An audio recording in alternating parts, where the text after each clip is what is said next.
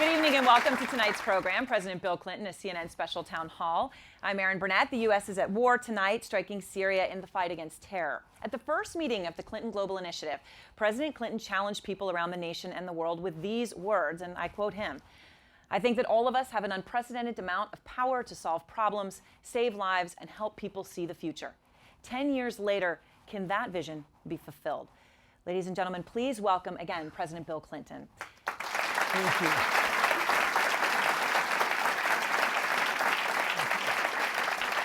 And we also want to hear from you, our audience at home. Please go to CNN's Bing Pulse website. That's bing.com/CNN, where you can respond to tonight's conversation in real time. And I want to get started. President Clinton, the question, this moment for this country is a very important moment and a momentous moment as we're dealing with the threat from terrorism. Do you think the risk from ISIS is as significant a threat as al-Qaeda under Osama bin Laden? I don't know, but I trust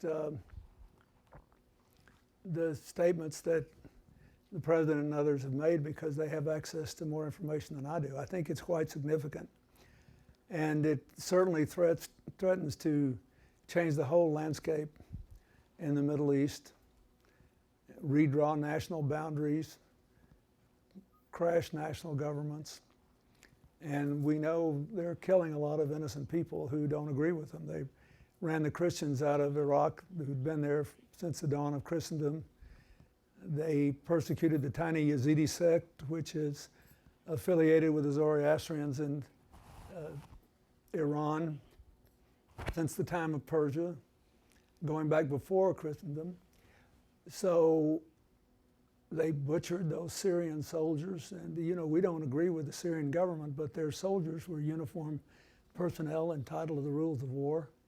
And of course, they like to decapitate people on the internet. So I think that this strategy that the President has adopted has a chance to succeed because it recognizes that in this case, the Iraqis or the Syrians have to fight for their own country, but if we have resources that will help take out the infrastructure of these groups, we should do it. And I think I support what they're doing. And the President today, just speaking at the UN, said that he thinks, in the strongest words he's used yet, in what his aides have described perhaps the most important foreign policy speech of his presidential career, spoke about the need for force. And I wanted to play a brief clip of what he just said at the United Nations this morning. No God condones this terror. No grievance justifies these actions. There can be no reasoning, no negotiation with this brand of evil. The only language understood by killers like this is the language of force. The President said that this morning. The New York Times, in a large full-page op-ed, has now said that the strikes in Syria are a, quote, bad decision. Are they right? They say it's a bad decision. No, I don't think so. I don't think they are right. I think that success is not guaranteed. I think what ISIS was trying to do was to sucker us into putting a lot of soldiers on the ground so they could shift the blame from themselves to us for all the violence in the area. And what we learned repeatedly is that when the Sunni tribal leaders who are not militant and not twisting Islam for their political objectives are willing to fight, they can reclaim their country. And we should help them do it. But it's not a fight we can win for them. So I personally believe the way they've thought this through and planned it and limited our involvement avoids ISIS achieving their objective of getting us to suckering us into their fight and increases the chances that the tribal leaders will prevail. I think, we should give support for people who are fighting for their lives. That's why I support what NATO's done in beefing up our members around Russia and supporting Ukraine. I think you just have to do that. I'm curious, though, the airstrikes in Syria, they weren't just against ISIS. They were against a group that, frankly, the American public hadn't even heard of until a speech last week by the Director of National Intelligence, a group called Khorasan. And some of the members, we find out, actually include people who were part of the core group plotting the 9/11 attacks. The country, of course, keeps being told that core al-Qaeda has been decimated. But then you have a group that includes people who were part of core al-Qaeda. Well, the point is, Are we still fighting the same people? No, but some of them survived. Nobody said we ever had a 100% kill rate on that. Look, we're living in a time when information technology and other forms of technology have led to a big dispersal of power. It's also created enormous opportunities for people who aren't in government to do good things. And we're basically in a race in the world to define how we're going to relate to each other. Are we going to relate to each other by saying our differences are all that matter, and power and money and land count more than what we can do together? Or are we going to do what we try to do here, saying our differences matter a lot, but what we have in common is more important and we can do a lot of good? And it's the contest of our time. And we can't expect a total victory through any military means, which is why if governments are required to spend more time to stop bad things from happening, the rest of us have to spend more time and money and effort to make good things happen. So ISIS, obviously, you have supported arming the rebels in Syria. Your wife supported this. The president is now actually saying that he's going to do that. The question I have for you, though, is it worth the risk? Is it worth the risk, as everyone admits, even the administration, that some of those weapons will end up in the arms of people who want to kill Americans? Well, they've reached the judgment that it is, and one thing we know will happen. If we don't help people who are trying to create an open, inclusive, secular society, they will lose. If we do help them and they lose anyway, somebody will get their weapons. But I don't think that will measurably change the balance of power. I think we have to make the alternative model work better. That's why we spent a lot of time here trying to build up somebody that's never on anybody's radar screen, Jordan. Jordan has 600,000 plus Syrian refugees. Everybody thinks, oh, well, they're moderate, they've improved the plight of women and girls, they're more inclusive, they're not violent. Why should we think about them? Because they have no oil. They used to get concessionary natural gas from Egypt, and the pipelines were blown up and all the trouble in Egypt. And all they get is money to feed these people that they've got from Syria and from Egypt, a lot of them. And so what I think the rest of us should be asking is, so what can we do to offer an alternative vision that's more inclusive, that works? But anytime you do anything, it might not work. We don't have 100% control. You just make a judgment over whether it's more likely than not to work.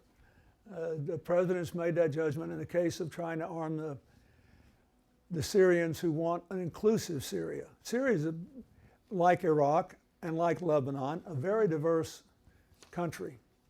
And they're either going to live and work together or they're going to be dominated by somebody like ISIS. It's worth the gamble, I think, to try to make it work.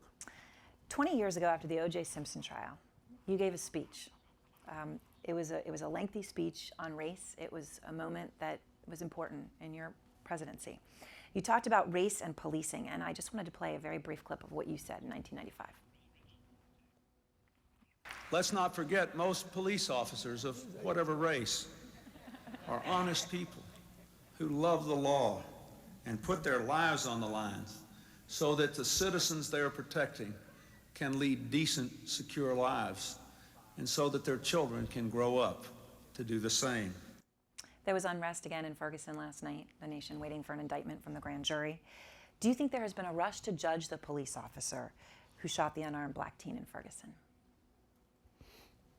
No, I think the local authorities and the Justice Department have taken over the case.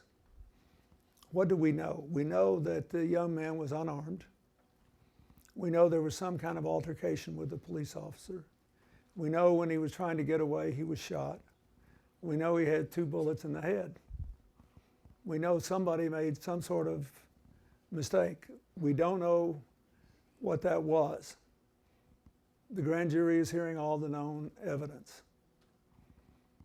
But anytime you have any kind of situation where people are in trouble, there is likely to be a mistake made, and there could be a crime committed. And I think that's one of the reasons it's so important that police officers be in a model that favors community policing. I worked hard to put more than 100,000 police on the street, and the crime rate went way down, but reports of abuse went down where they were walking the streets, involved in the community.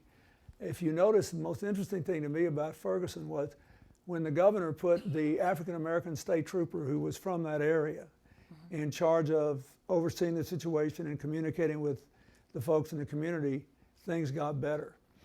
While Ferguson was going on in Los Angeles, a citizen was killed in an altercation with the police, and it didn't blow up because they had had so many problems in years past. They set up a community relations operation that went to work, immediately dealt with it, decided what to do, and they proceeded. You can't have a community that's more than 2/3 African American, where only 1 in 6 city council people are African American, and where only 3 out of 50 plus police officers are African American. You've got to have some effort to have ties to the community. Now, things will still happen, and they have to be dealt with according to what the facts are and what the law requires. But things were badly out of whack before this happened. So do you think that racism has gotten worse in this country over the past few years? I mean, there's been these highly public, Ferguson, and then just a bit while back there, of course, was the George Zimmerman case. There was so much anger that surprised a lot of people, that there was so much anger in this country.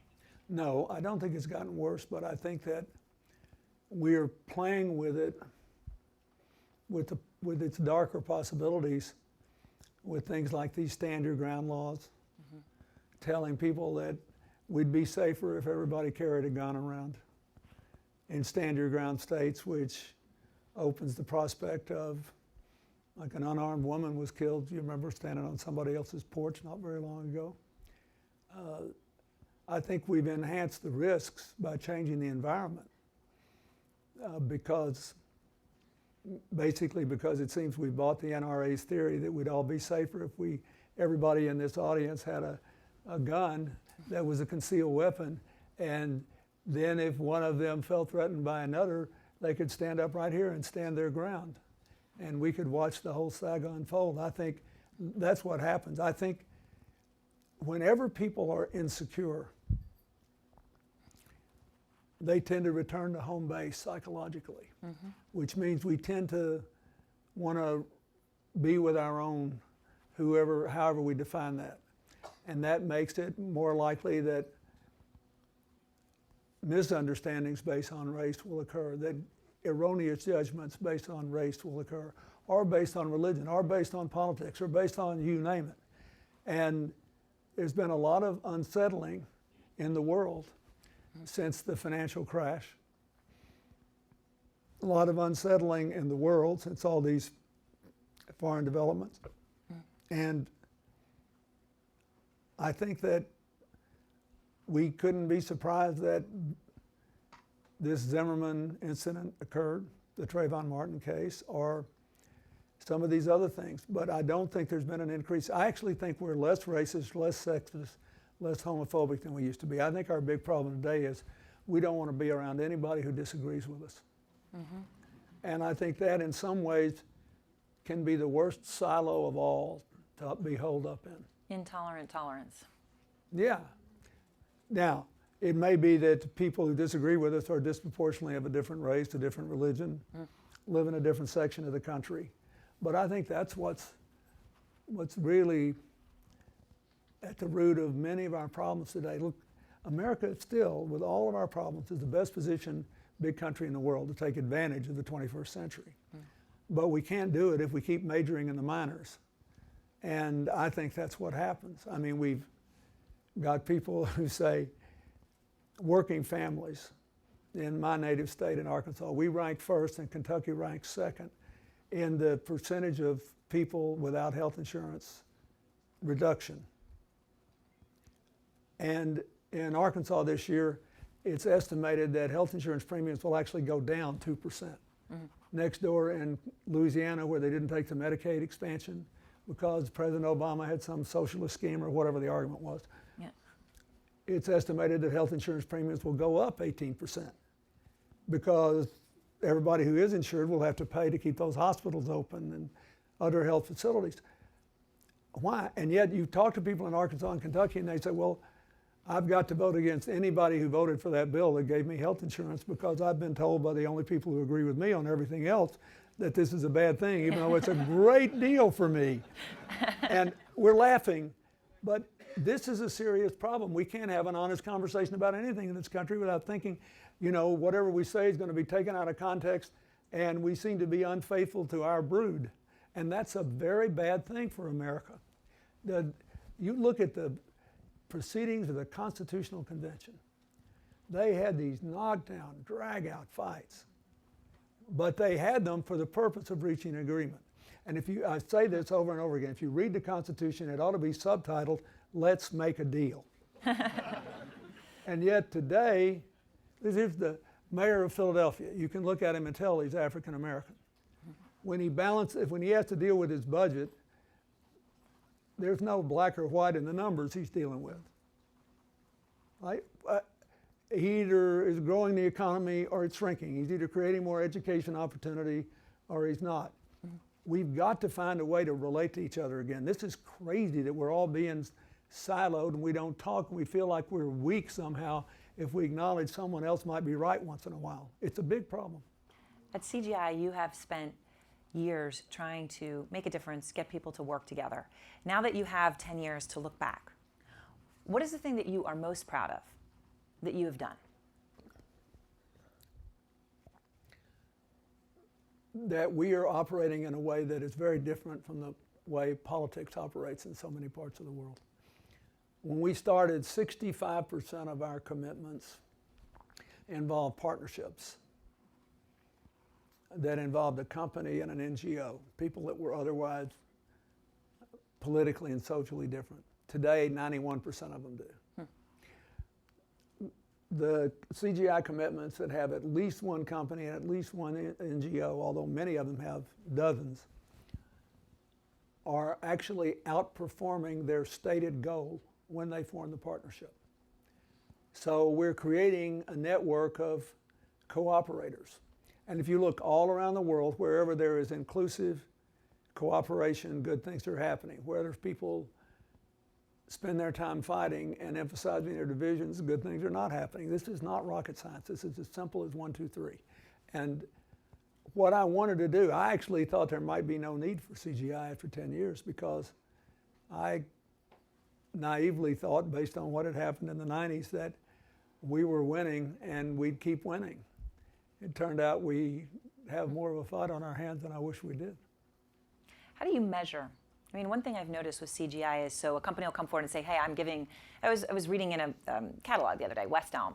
They sell home products. I love West Elm. Yep, right? They're one of our partners. They're one of your partners. They source from Haiti. They source from African countries you work in. They're doing great. So they said $35 million or something they were giving, and it was very interesting. They were being, they were publicly very proud of it. But I was wondering how you measure. So it's one thing if someone says, all right, I'm going to donate this money, but then how do you know that the money measurably does X? Well, first of all, you have to see if they did what they said they do. Mm-hmm. And then you have to determine if what they said they do worked. We actually got Palantir, the big data company in California, did a wonderful service for us. They evaluated all of our commitments going back to the beginning of CGI. They said about 42% have been totally completed, another 40% are in the process of being completed. They said that just under 12 have stopped reporting, so we took them off the books and didn't count them in any achievement or anything. About 6% had failed of people that really tried to succeed. So we're going to now spend the next year analyzing these as a case study. The failures. They tried and they didn't. And then we discovered that about 2/3 of them actually met 100% of their stated goal in terms of impact, and more than 75%,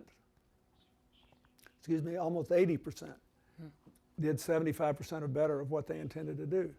So, and we get better at it. One of the things that early on, I remember in our first meeting, a guy contacted us and said, I want to give away $100,000 and I want to do it in the Northeast and I don't want to be made a fool of.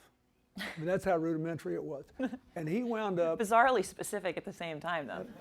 And he wound up giving it to an environmental activist in a part of the Bronx that was the lowest income congressional district in the country, who was trying to create green space. And it worked like a charm. Now the guy's built a global NGO. They're active all over the world. He and his wife have done unbelievable work. So I've seen all this grow, and what I have learned again is that I just try to create a network here where people can get together and figure out what to do and how to increase their impact. And believe it or not, the people that come here are serious about it. There are very few show commitments. People really think about it before they say, I'm going to do this. They think about, can I do this? And how am I going to do it? And we have gotten much better at CGI, thanks to all the young people who work here, and spending all year long helping people make commitments and helping people keep them. So our basic value added is to organize this meeting around what our own customers, if you will, the people who are here, want to talk about, and then helping people develop the commitments, find the partners, get the funding, and then helping them keep them. So I'm curious now what you're doing versus when you were president of the United States. It's the most powerful job in the world.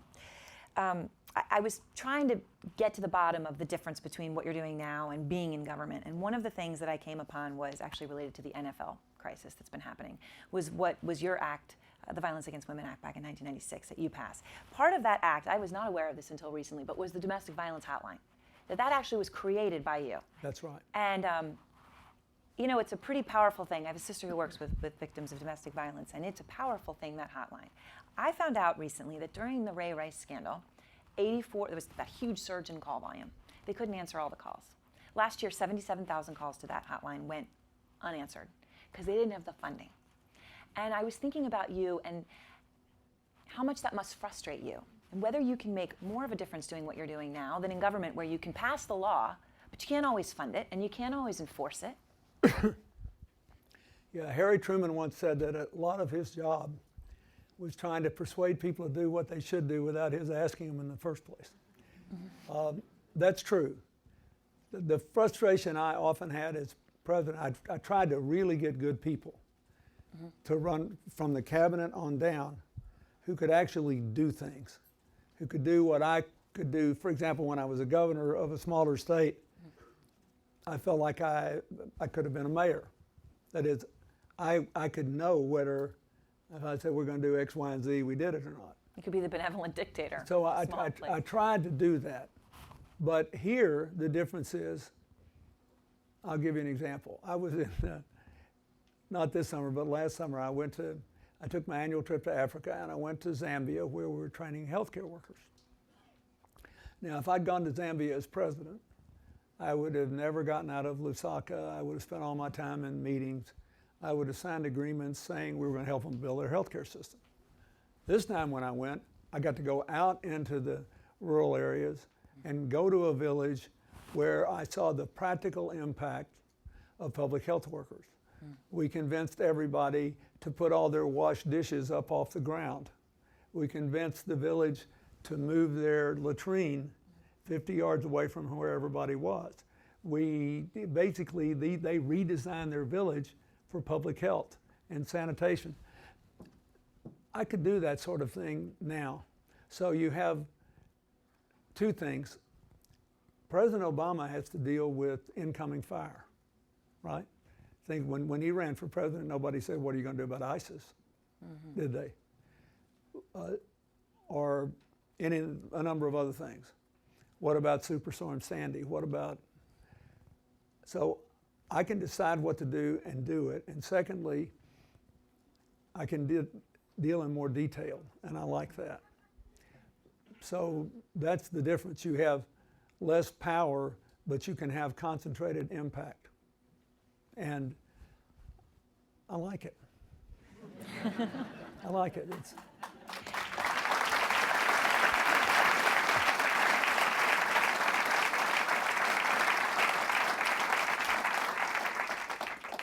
Since we talk about the NFL, I have to ask you, are you a football fan? You're a football fan, right? huge. Have you changed at all your viewing habits as a result of the Ray Rice scandal? No, but partly because until the playoffs, I'm always more of a college football fan than pros. But I know a lot about this subject. I grew up in a home with domestic violence, and God, I hope that it works out all right for. I hope he really is okay and he never does it again. Sometimes people don't, but it's rare.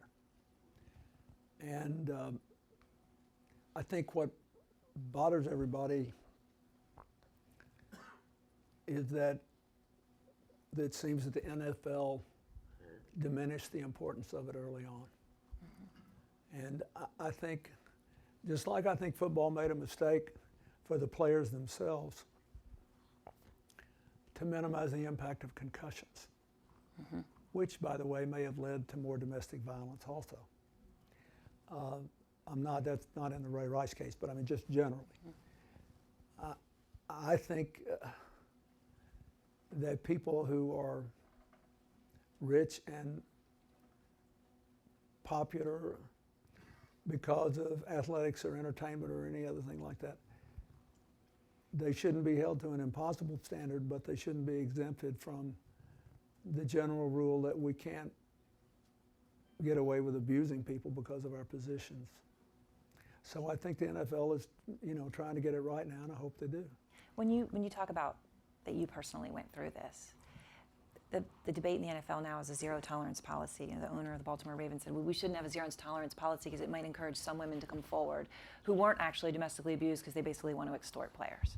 That was the argument he made at a press conference the other day. Do you believe the NFL should have a zero tolerance policy? I don't know. I mean, what do you mean? I don't. I think if I mean, think once there, you I abuse think there someone, you're should be out. consequences for domestic abuse in every case they know about. What the consequences should be determined by the facts. Is it the first time? How serious it was? What are the deals? And they need to, whether they like it or not, if they think that they have a disproportionate amount of it in the NFL, they will then have to figure out how to deal with it. But, I hated it because, among other things, because I know a lot of those players who are good husbands and good fathers and who do a lot of the work that we do here. I've dispensed hearing aids in Africa and South America with Larry Fitzgerald and Jay Feely and a lot of other people. And I think it's really important that people not judge the whole league based on this, and that we wait to see what happens in this case. He's been suspended, and there'll be it'll either happen again or it won't. People will make the judgments they do or they don't. But they obviously are going to have to deal with this. And also, there are all these different, the Peterson case is a different kind of case. They've got to decide what to do about that. Mm-hmm. So we'll just see. But I think it's a healthy thing that the country is coming to terms with this. Joe Torre, who just was inducted into the Hall of Fame, who was such a great baseball coach for the Yankees, grew up in a domestic abuse situation and has a charity that I used to support every year. He used to raise all the money for what he did in a golf tournament, and I used to play in it. And he really struggled mightily to get people to come to terms with this. And year in and year out, he never got any publicity for what he was trying to do because it wasn't associated with some terrible incident where we had a video that brought home to everybody else what anybody who's ever been in a domestic situation knows happens all the time. All the time. And look, I'm not minimizing what happened on the elevator. I'm just telling you that anybody who's ever been in one of these situations has seen it over and over and over again. So I think we need to try to figure out how to make something good happen out of this and how to encourage people whose temperatures are rising and who realize there are people, good people, who lose their self-control and their partner should leave them because they can't help it and they're going to do it over and over and over again, but who could be helped. And we need to opt for early intervention. That hotline needs to be answered all the time. Well, the NFL's paying for it now. Yeah. 5 years unlimited funding. I think that's a good thing. But because, we should be trying to help people get beyond this. And then if they can't, there should be consequences. But in terms of zero tolerance, there should be no incident should be ignored. Because if you do that, it just gets progressively worse. That's what I think. Based on my experience, I think it's a mistake to ignore it. Well, President Clinton, thank you, but please stay with us because we are all going to be back in just a couple of moments, joined by Queen Rania of Jordan and former British Prime Minister Tony Blair. Welcome back. I'm here with former President of the United States, Bill Clinton, and we are now joined by two people he knows extremely well. Her Majesty Queen Rania of Jordan has been with Bill Clinton from day one of the Clinton Global Initiative, day one, literally 10 years ago. And John Chambers, Chairman and CEO of Cisco, a global technology company. Please welcome all of our guests, Queen Rania of Jordan and John Chambers.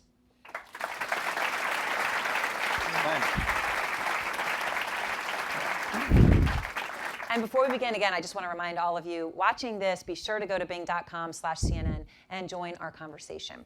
All right, I have to say, I just said 10 years, you've been together since day one, and since this is a celebration of sorts of 10 years of CGI, I have to show, I found the panel. There it is, 10 years ago. There you are. And you both look much better now than you did then. But you have been together since the very beginning. Queen Rania, why has this been something that from the very start you were willing to commit to and willing to build something with President Clinton? Look, President Clinton, I think, has attended many conferences all over the world, and he really understands the power of discussion. But I think from the very beginning, he wanted this to be much more than a talking shop.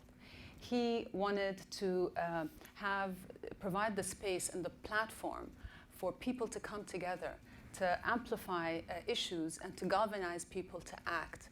And I think it's been very successful in that regard because what the CGI represents, it's a platform and a space for humanitarian imagination and innovation.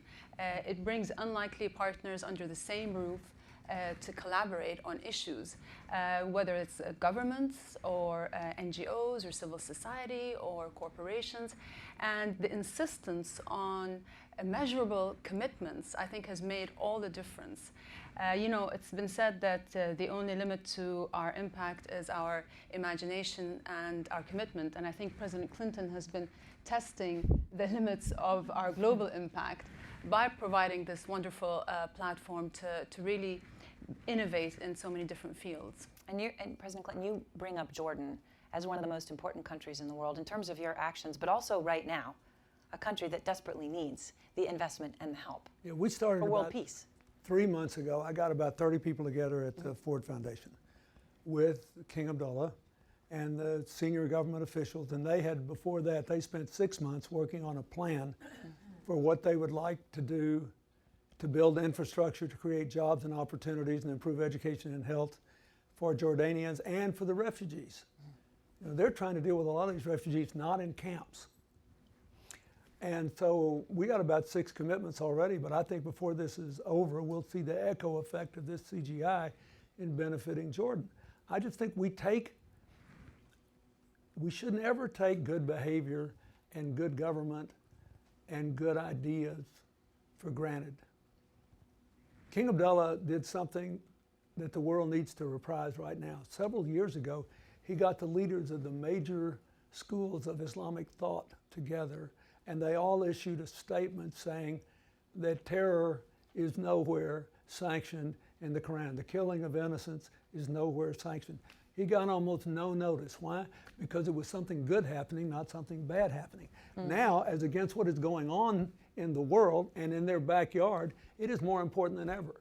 So he and Queen Rania have gone all over the world, just in the years since I've been out of office, repeatedly trying to make good things happen. She goes home to Jordan and tries to empower poor people and to empower women, to give girls a better future. And we just take it for granted. So that the only thing we read about is some craziness going on when ISIS decapitates somebody. And look, I don't want to minimize that. I think it's awful, and I think we had to do something in retaliation for it. But you got to spend some time helping the people who are making good things happen. How does Jordan survive? How has Lebanon survived this? Lebanon has a constitution which institutionalizes inclusive government. So anyway, I'm beating the drum too many times, I know, but she deserves a lot of credit, and she's been here for all these years, partly because it's how she lives her life and how that country lives its life. And we ignore their challenges at our peril. We should be helping them to succeed. And you're part of the comment you make about ignoring their challenges at our peril. You're talking, John, about, I believe Queen Rania will give me the numbers as we go through this, but 600,000 plus refugees in Jordan. So many of them are children who now are not at home, who now are not having the infrastructure, the support, the love, the care, the culture, the education, anything that they would have had. So without help and without investment, what are they going to grow to become? Well, we all know if you don't have a job, you're going to end up in very undesirable end results. But I want to echo the President's comments about Queen Rania and King Abdullah. We've worked together for almost 15 years. We've done a Jordan Education Initiative many years ago, 17 multinationals, 17 Jordanian companies, 10 NGOs, made a huge difference. We are completely all in, Mr. President, in terms of the refugee camps and how do you connect technology there in a way that will bring education and healthcare. But to your point, only about 30% of the people in the refugee camps. You need to bring this all the way across Jordan so their citizens benefit. So it's only 30% right now that are getting that. And so for those of you who are out there that have any doubts, this is a country that delivers. Their leaders know it, they know how to partner, and they create equal opportunity for all the people in Jordan. Your network academies, 43% of the people who are in Cisco network academies to learn how to maintain networks, to get jobs in technology, are female. So it's a country that does know how to partner. There's a question, I believe, from Jean Sperling that I want to bring in now from our audience. Jean, of course, who knows the president very well, Queen Rania as well. Jean? Well, the timing's perfect because what I was going to mention was in the third CGI in 2007, President Clinton decided for the first time to put a major focus on education. And one of the major commitments made that year was something I co-founded with my much more famous co-founder, Angelina Jolie. It was called the, okay, you can agree that she's more famous than me. Only slightly, Dean, only slightly. But it was called the Education Partnership for Children of Conflict. And it goes right to this issue, which is that in conflict, there is such a stress on making sure you have water, security, those most important things. But education for children who are going through trauma and hardship, have lost a parent, have seen violence, becomes important for healing the child and for healing the nation, but it is often ignored in the rush for aid and emergency. And so for Queen Rania, you've both specialized in girls' education, and now, unfortunately, you're specializing in dealing with children from conflict. What is the role? What do you encourage those of us who would be making future commitments to do in focusing on education for children in conflict, in war, in refugee camps? If I can just go back to the issue of the refugees. In Jordan, we've received something like 1.3 million Syrians. 630,000 of them are actually registered refugees. So that's just to put it in perspective, for a country of 6.5 million, that's like over 20% of our population. So it's kind of like having two Canadas at your doorstep. President Clinton always tries to remind people that Jordan has to import 95% of its energy needs. So and we're one of the poorest countries in terms of water resources. So this has had a tremendous impact on our economy, put massive pressure on our public finances, trade deficit, infrastructure, services. And so that's been something that we've had to grapple with, increasing prices, increasing rents, wages plummeting as Syrians are actually competing with Jordanians for jobs. But guess what? This is not the first time that Jordan has experienced this. In the year 2003, after the Iraq war, we've had waves of Iraqi refugees. Over the successive wars between the Israelis and Palestinians, we've had hundreds and thousands of Palestinian refugees.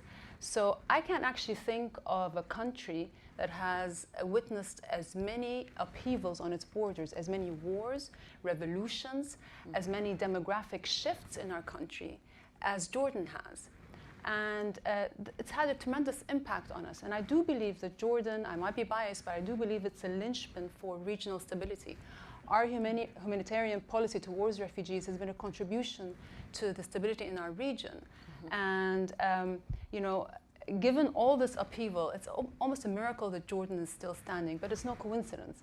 I think it's because we've really tried very hard to keep our unflinching commitment to moderation, even when it wasn't popular to do so. And because we do believe in the power of networks, and that's why CGI is so important.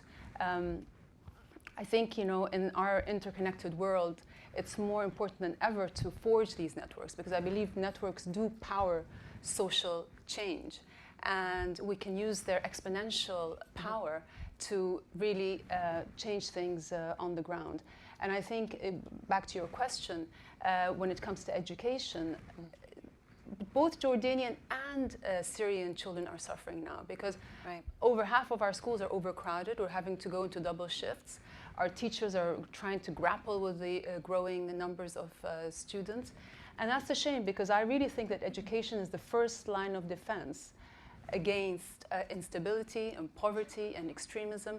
So in a time of crisis, I think it's counterintuitive, because people always look at the immediate relief, but education is really the best investment that you can make. It forms the basis for recovery and reconciliation. It really builds resilience within each and every child. And if I could just say, in this working group we set up for Jordan, we had 5 or 6 commitments come out that were developed in a hurry by our standards in 90 days. One of them comes from a company that provides school facilities in these settings, so that we got to raise the money now to have the teachers and the materials, but we are going to be able to provide more school facilities for them to try to alleviate the overcrowding. And the most important thing in these camps you can do, I think, or in the non-camp atmosphere where the villages have been overrun, some of them in very rural areas in Jordan that are already very poor, is you got to have adequate water and sanitation. You can't have the parents thinking, oh God, I left my home country, I don't have a job anymore, I lost everything, and now I can't take care of their children. You have to let them know they can take care of their children, and then put the kids in school. That gives the kids can have something to be excited about, return some sense of normalcy, while you then try to figure out how to grow the economy. So I think building the schools and providing water and sanitation are the two sort of upfront things that have to be done. And if you think it can't make a difference, Erin, it really can. If you bring academics in areas where people can get jobs, if you then connect the skill sets with the employers, and NGOs are often the best ones to train people, you can make a difference in a relatively short time period. We partnered in Palestine in a period of 3 years by putting resources in, training, etc. Their GDP moved from 0.5% being high tech to 6.5%. So you can get remarkable stability in a segment of the population quickly when you combine. Much better than money that you would spend when people come and say, hey, you're schizo, you have whatever $1 billion on your balance sheet. Please write me a check for this. Well, This is money better spent, is what you're saying. Absolutely, but this is what the president and now his whole family does. They bring together groups that would never come together, realize who can make a difference, and it takes the community to solve these problems. No government, no business, no NGO, no academic or specialists can do it by themselves. Together, it's really powerful, and you hold us accountable, which we all remember. Right, he was very, very careful to lay that out. We have another question from actress Julia Ormond, sitting, I believe, over there. Hi. I want to take the opportunity to thank President Clinton for convening a space where someone like myself has been able to come and to learn and to grow and to engage on a completely different level. You articulate the world in a way that is settling and enables me to get to the table and get to it. And this week we've been able to celebrate and watch the fantastic example of Coalition of Immokalee Workers work, where they have battled against enslavement in tomato picking supply chains in Florida. And they've managed to work with companies to come on board and look at the supply chain and provide workers' rights to them so that they're not abused, they're not beaten, they're not threatened with being killed should they walk away, and the women aren't raped. It's shocking for us that this is going on in Florida, in the world at all, and that it's coming right onto our table and into our mouth. I work within an NGO movement that really is poised to scale that, copy that model. There are people like Verite who are ready to do it and get into supply chains. But we're really challenged because this is such a tricky issue. It's such a threatening issue for companies. My ask is, what is it that the NGO community can do better? How can we do a better job to enable companies to come on board and work with us and help us get to the infrastructure of not just the why, not just the what do you do and how do you do it, but where do you do it? I'll let John answer the question, but I'll give you one example. Don't forget, we have one of the big enablers of the success of the Immokalees is Walmart. You never think of it. They figured out if you pay 1 cent a pound more, you can virtually double the income of all these tomato workers. You can change their lives. So you got to have, that's a very unusual coalition. The people that are helping the union of people helping the farm workers. And I think you start with transparency, and then if you can put a cost on it, it then looks absurd to leave these people in indentured servitude for a penny a pound. And you can get like 90% of the consumers believe that they're doing the right thing. It crosses, otherwise impermeable political and psychological and economic barriers, and particularly for the farm workers who are picking fruits and vegetables. If you can put a price on it and make it transparent, you can get people that you wouldn't expect to support you. The Immokalees have been brilliant at it. But I think everybody wonders, what I wondered when I read about it is, how in God's name did it take this long to get here? So that's my advice. I think you got a success model, and you ought to put the pedal to the metal, just keep doing it, but realize somebody's got to buy this stuff before it gets to consumers. And they're much more sensitive to the reality of workers than they used to be, particularly once it's transparent. It's like all that stuff that happened when all those factories started burning up in South Asia. Yeah. And we realized the miserable circumstances those textile workers were in. Knowing about it, fleshing it out, and then working the true economics out. So we have to pay $1 or more for a shirt or whatever, makes a big difference. Transparency is everything. Do you agree with that? I do. And this is one that we saw a very similar scenario on in high tech, because most of our components come from outside the US and many of the developed countries. And there were issues going around the world in these factories where the employees were not being treated properly, and candidly child labor laws were, in our opinion, being violated. And so we came up with high tech, several of us led by example, and said, here's what we expect out of all our suppliers. If you don't live up to these commitments, we will not purchase from you. And then as you begin to make this a movement, then can you also pull along people that are hesitant. So I'd be honored to take that as an action item to work with you. I'll make some of the key calls to the key consumers of the products. And there's nothing like a key 2 or 3 companies that stand up. Walmart's an excellent example. Their track record on this has been very good. If you get the businesses saying this is what we expect, and then you also look at it economically on how we do it, this is manageable. So I'll take it as an action item, and I'll get your contact right after this meeting. Good. And if you ever want to switch over to sales, I have a sales opening for you. I know you got a lot of questions you want to ask, but I have to interject this. Chambers is my exhibit A for the speech I gave at the opening, you know. He's been a lifelong Republican. I've ruined his reputation. Absolutely, very true. God only knows what damage I've done to him in the circles that he plays. But the point is, every time we have a conversation, we start with the end in mind, and 90% of the time we come up with something we agree on. And that's, I think, the ultimate answer to a lot of this divide in America. You got to start with the end in mind, and then all the differences become relevant because the debate's enriched with the purpose of coming to a conclusion. Even though I'm sure I've hurt him in a lot of ways. Well, it could be even worse because we had Hillary speak at our sales meeting the other day in front of 20,000 people, and she was kind enough to let me interview her, and she wouldn't let me tell her the questions ahead of time. And Mr. President, much like you and I have done, I asked her really tough questions, and afterwards I had a bunch of Republicans come up and say, John, I'm not sure we can beat her. And so I'm in real trouble now.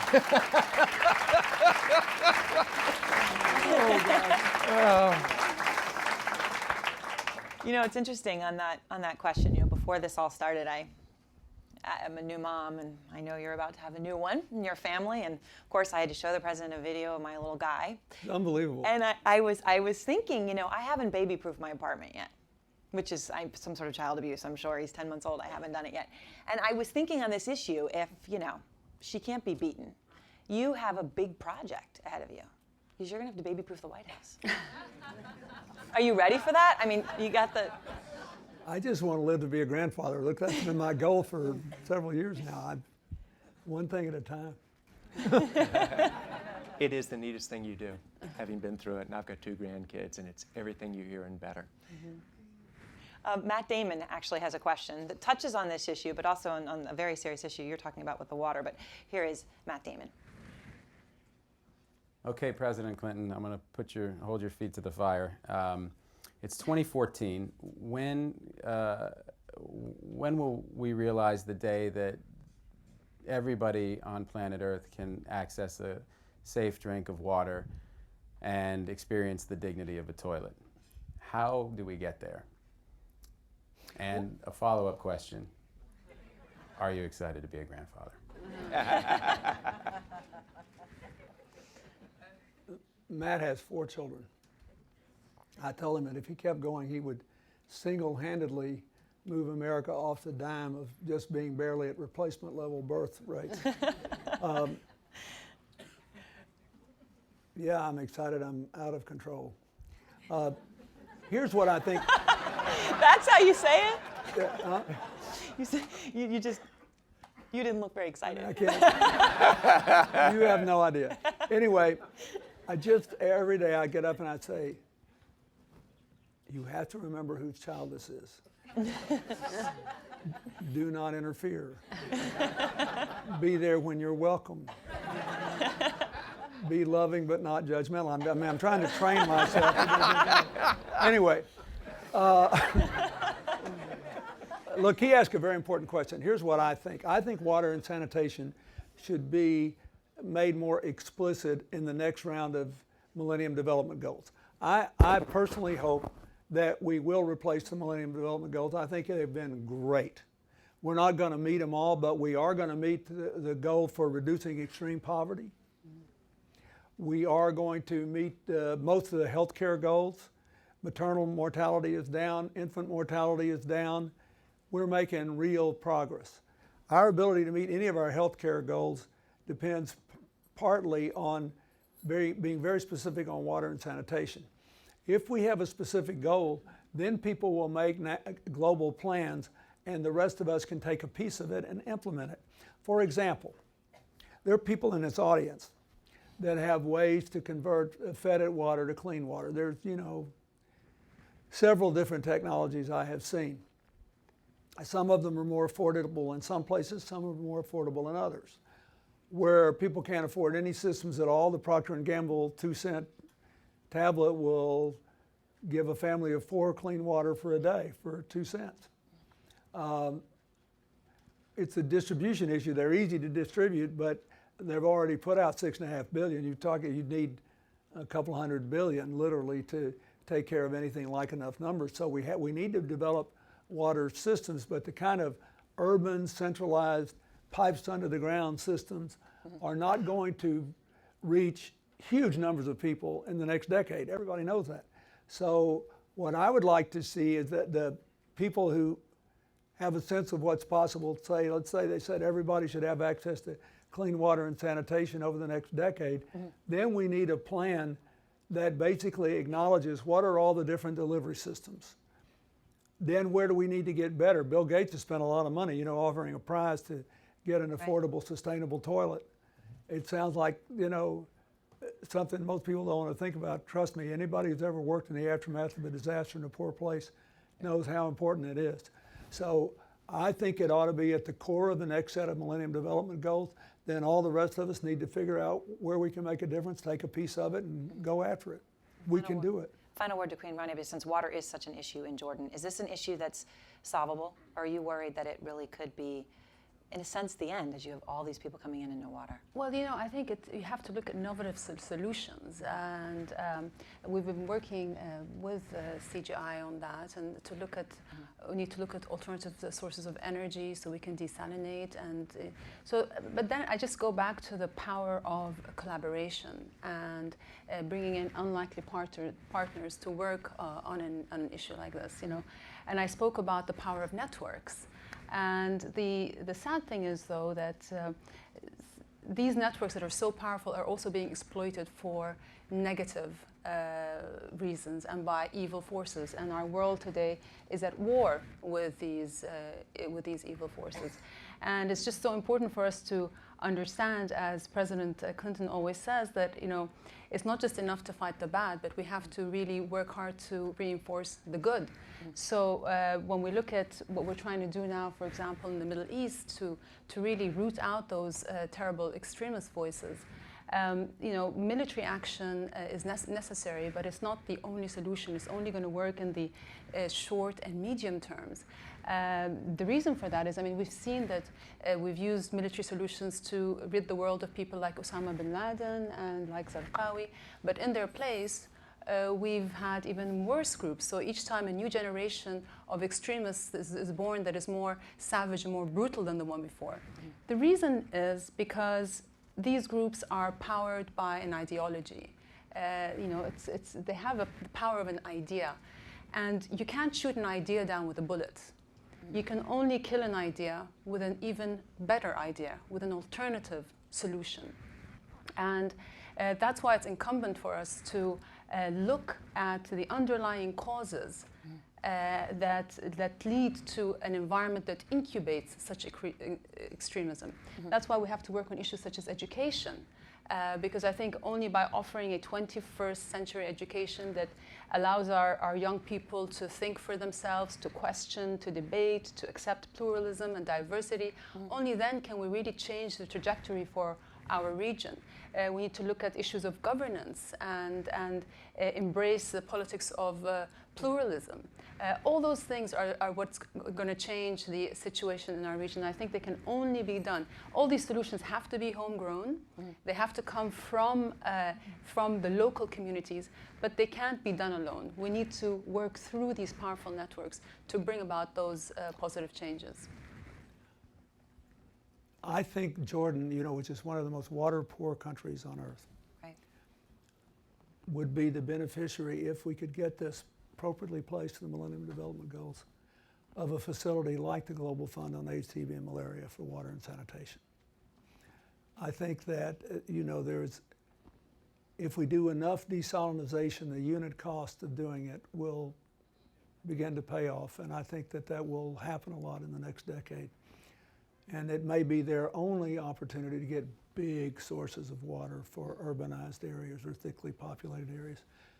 And that means accessing the salt water that's there. It also means not messing up the Sea of Galilee or Lake Tiberias, which is the only body of water in the world where the bottom half is salt and the top half is fresh.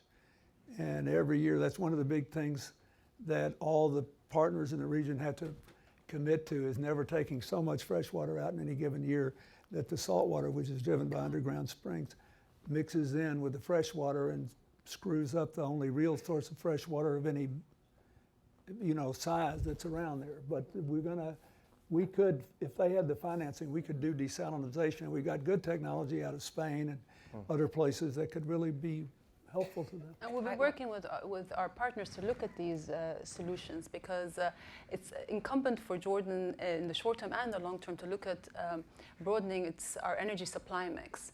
And thankfully our weather does provide bright prospects. We get 300 days of sunshine a year. I'm sorry I have to interrupt, because I'm told you must go and Tony Blair must come.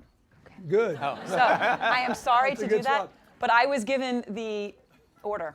Well, give him an attaboy. I can't on the mess with Scottish your vote people. when I he get the gets order. out here. All right, so we're going to switch our panels here. But thank you very much, Queen Rania, Thank you. President Clinton, and John Chambers. Thank you so much for your time today.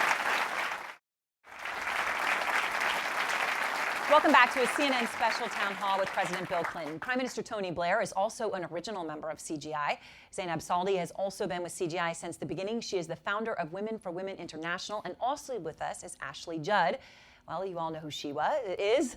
Celebrated actress, longtime humanitarian activist, fighting poverty and gender inequality. Please welcome all of our guests tonight.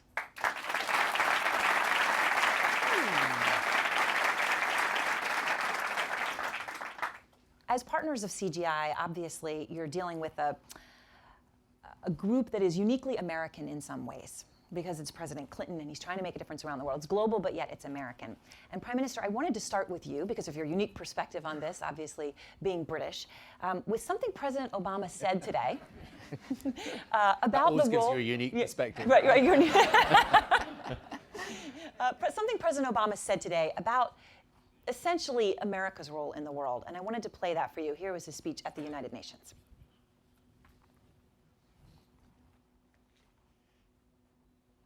We believe that right makes might. That bigger nations should not be able to bully smaller ones, and that people should be able to choose their own future.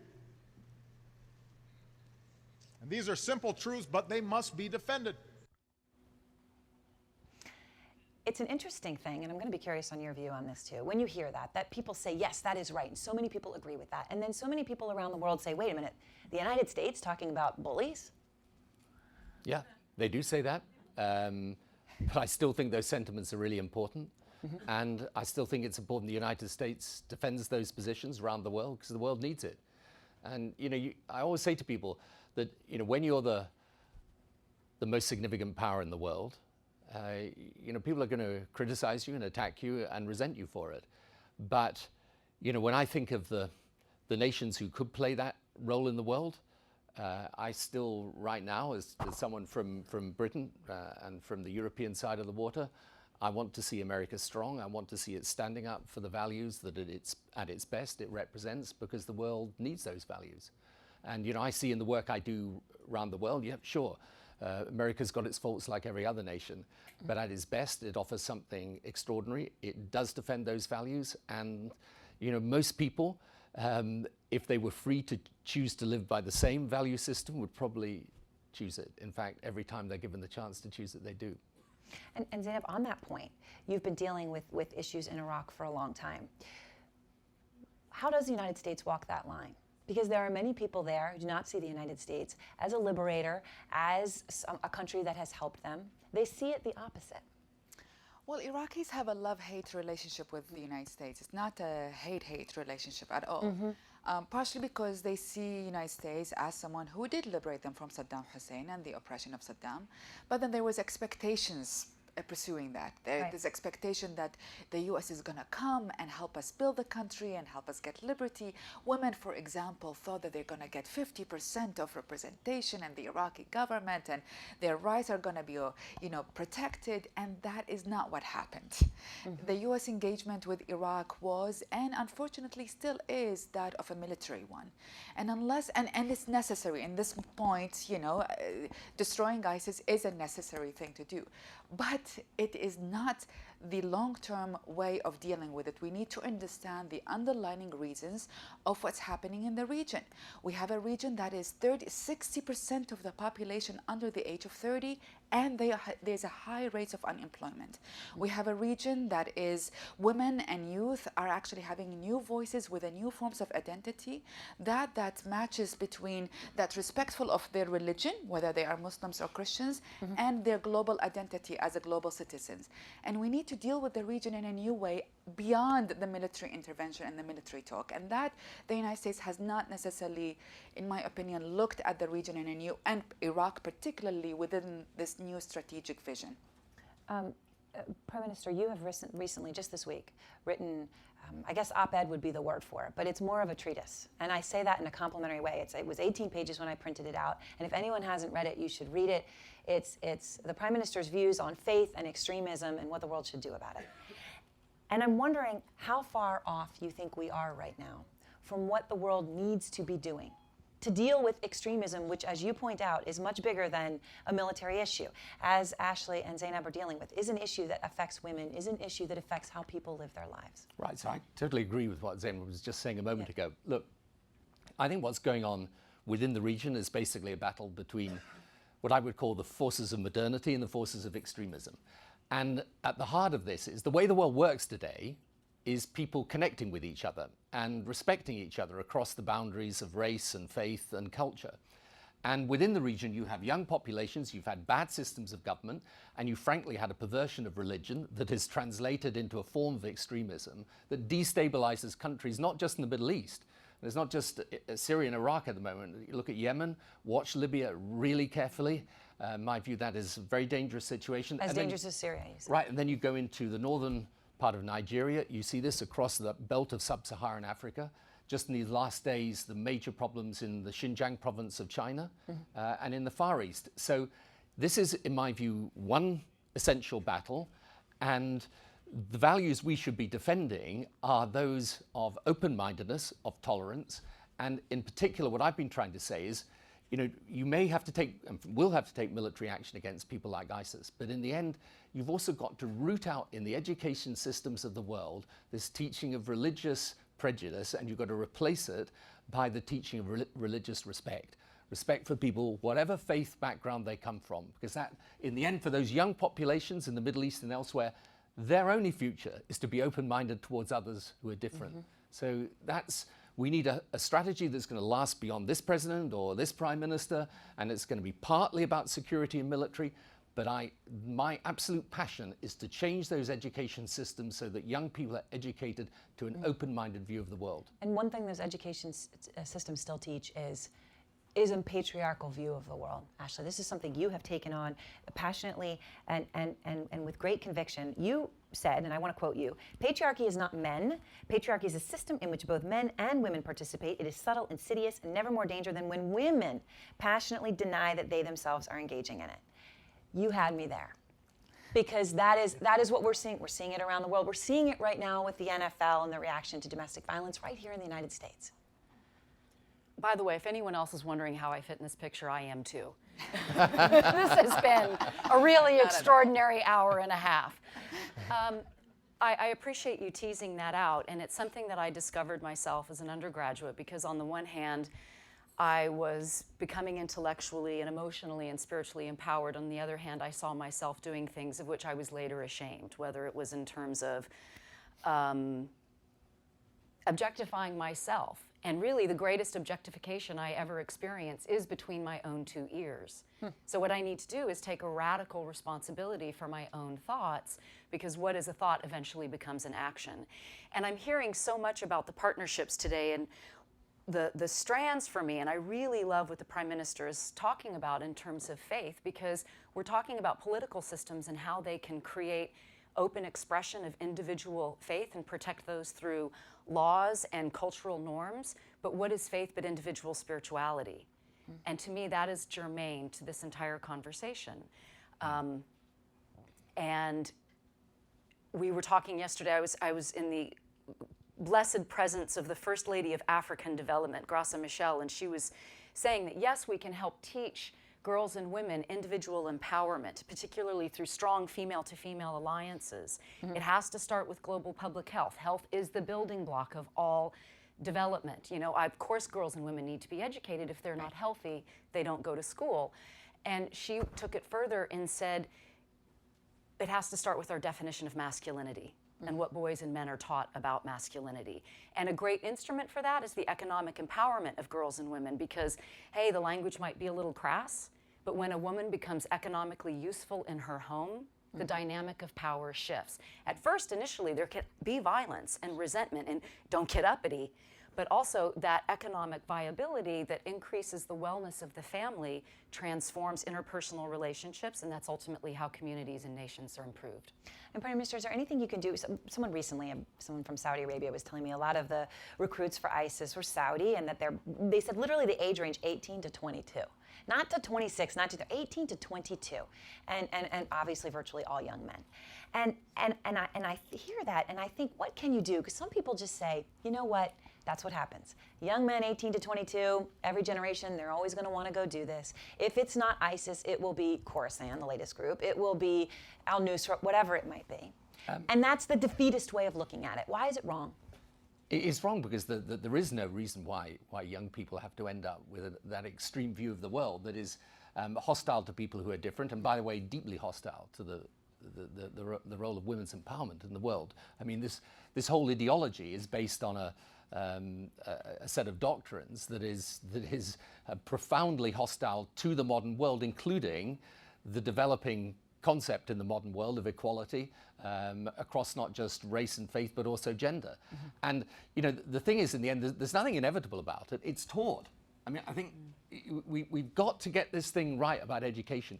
If you've got millions of kids being taught, actually, I think if you've got millions of kids being taught nothing but religion during their day, whatever religion it is, it's not going to end up with a very healthy approach to the modern world. And I speak as someone who is someone of faith, but you know, science, math, technology, if you want to be part of the modern world, you've got to be educated to it. And a lot of the attitudes towards women particularly come from this, you know, you can see it in the teaching in some of these schools, formal or informal.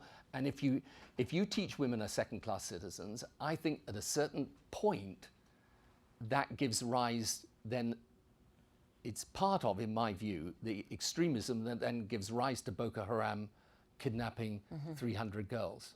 Boko Haram means Western education is sin. And Boko Haram, exactly, but the actual meaning is Western education is sin. So what do you think? Well, I think beside that, I think there's an economic reason as well. I think ISIS is paying $1,000 salary for these youth, and they are not only in Saudi Arabia, they are in Jordan, and they are in Iraq, and they're all over the Arab world and the Muslim world. So we need to look and talk about the power of collaboration. We need to look also at these solutions as a holistic solution. Totally agree with your educational solution and the attention that we have to pay to the education system. We equally need to pay attention to the farming, for example, sector, because a lot of the farmers in Iraq no longer have jobs. They no longer subsidize. There's no water. There's no electricity. And guess what? They're getting paid $1,000 by ISIS. Of course they go to ISIS. So we need to look at a holistic solution and creating jobs and employment as one of the ways to stabilize a region like the Middle East and a country like Iraq. You know, education and economic and jobs at the same time. Before we go, I have to ask again this issue that I know I'm a little bit obsessed about, but it's government versus the private sector. And it's what is a better way to live, okay? What's a better way to make a difference? And like President Clinton, you've been on both sides, right? You've been on both sides. And now you can write your treatise and you can say this, and you couldn't maybe do that before. Do you feel you can do more now than you could when you were Prime Minister? No, I don't think you can do more because you don't have a big government machine behind you. But I think you are freer to concentrate on what you really want to concentrate on. Yep. Whereas, you know, if you're Prime Minister or President, what comes in on the in tray, you don't often get to decide. I actually spent 9 months of my premiership dealing with foot and mouth disease, which wasn't really what I came into politics for. I remember that. I was studying at Cambridge for a semester, and I couldn't eat McDonald's for 4 months, and I was... Yeah, no, I'm sorry about that. That is obviously, food at Cambridge. when we're talking about the tragedies... What does that say about my tragedies of college the self? human I'm so condition, sorry. That ranks up there with I know, well, you think about me then, having to deal with this Prime Minister. So, no, you get to choose what you deal with today. And I just think in some cases you have more influence, although you have less power. So, and I think I love doing it. And the trouble with government is government, I don't know about government really. We should dissolve them. It's necessary, but it just moves so slowly. I mean, you take this Ebola thing. I mean, how slow have we been to get the international governments and institutions to work on it? It's just, anyway, that's the frustrating thing. You're someone who thought about running for office and decided not to. Is that why? He said it well. It's just not, and it wasn't worth dealing with us. And is that permanent, or do you think you might change? No, my story became a personal one, in that I became very internally convicted that it was time for me to spend some concentrated time with my family. So I've actually been on sabbatical, enjoying carefree timelessness, but that doesn't mean I've been inactive or passive on the things that mean most to me. I'm spending a lot of time with teenage girls and smaller children, as a matter of fact. But I'd love to address the question about government versus the private sector, and also mention NGOs and faith-based community organizations, because my experience is they all work beautifully together. If you're looking at a government such as that in the Democratic Republic of Congo, they simply can't respond. They have institutional failure, lack of infrastructure, lack of transparency. There's armed militia all over the place. The mineral extraction is very abusive. So what happens is, I met this amazing Scottish woman yesterday, in fact, who's switching countries, for example.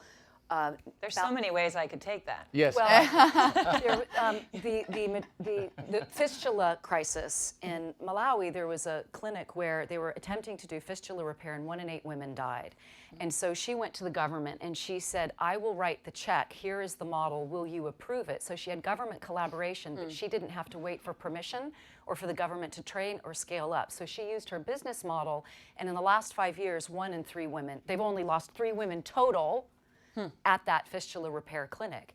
And then she started an orphanage because she had a bus company in Kenya, and people would leave infants on the bus at night. And she actually went to go see where the thieves were coming in and why so much of her stuff was, going out the bus door. And there was a baby. And the gentleman who was working that night said, well, people leave babies, and sometimes we can care for them and sometimes we can't. She started an orphanage. Then she started a wedding business at the orphanage because the campus is pretty. And then she started a school for the orphans. And now 60% of their students are paying students from middle-class families, and the orphanage is 2/3 self-supporting. Business models work to address humanitarian issues. Yeah. Mayor Nutter has a question from Philadelphia, please. Erin, thank you. Erin, thank you. And speaking for government, Prime Minister Zainab Ashley, we see many national governments around the world, often in dysfunction, can't seem to get things done. At the same time, mayors in cities across America announced a partnership with Mayor Parker and Mayor Garcetti on climate change. I'm working on partnership agreements with Mayor Hidalgo in Paris, Mayor Holdai in Tel Aviv. We have to get things done every day. We have to pick up the trash, provide sanitation services, make sure that people are safe, try to educate our children. We don't have time for ideology, philosophy, or even partisan debates. You either did the work, you made things happen, or you didn't, and we get judged on that. We create partnership agreements around investing in infrastructure, public-private partnerships. We have to balance our budgets every year, and we don't print money. So we make things happen. And so the question is, from your various perspectives, what can national governments utilize? How do they learn some of the lessons of what's taking place on the ground with real people every day in cities around the world and across America to get things done and make life better for their citizens? First of all, I'd like to congratulate the mayor on the work that he does, and his colleagues too, which is fantastic and inspirational. I've visited him and seen it firsthand.